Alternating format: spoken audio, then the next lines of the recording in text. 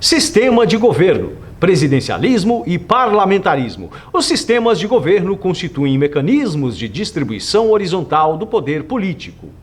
A. Presidencialismo surge com a Constituição dos Estados Unidos da América de 1787, como alternativa para a substituição da figura do monarca.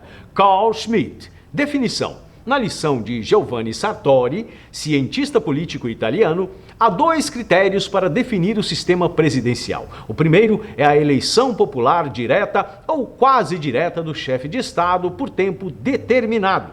O segundo ocorre no sistema presidencial puro, em que o poder executivo não é designado ou desbancado por voto do parlamento, mas é uma prerrogativa presidencial. Em tese, é o presidente que nomeia e substitui os seus ministros de governo.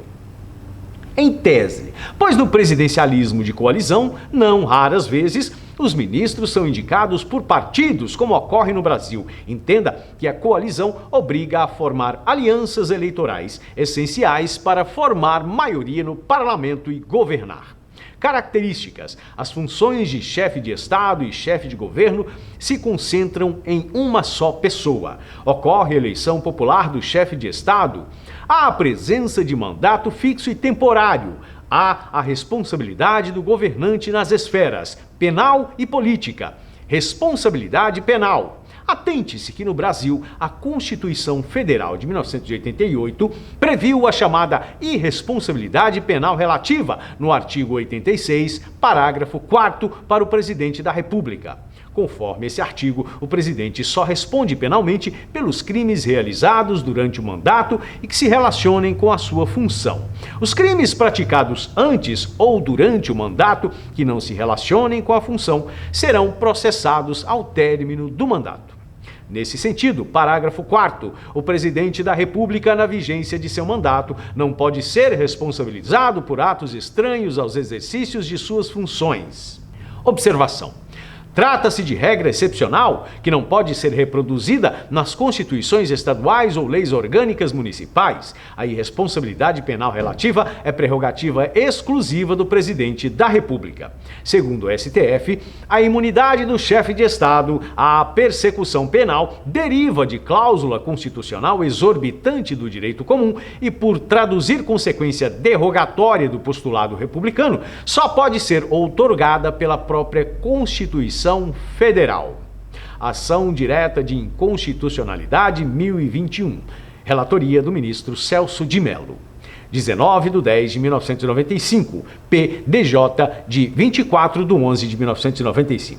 Os Estados-membros não podem reproduzir em suas próprias constituições o conteúdo normativo dos preceitos inscritos no artigo 86, parágrafos 3º e 4º da Carta Federal, pois as prerrogativas contempladas nesses preceitos da Lei Fundamental, por serem unicamente compatíveis com a condição institucional de chefe de Estado, são apenas extensíveis ao presidente da República.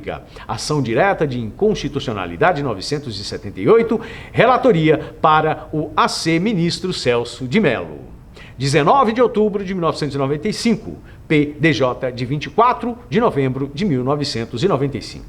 Nesse contexto, a competência para processar e julgar é do STF, após a autorização da Câmara dos Deputados, com a admissão da acusação por 2/3 dos deputados, o que é denominado imunidade formal. Atente-se a uma observação.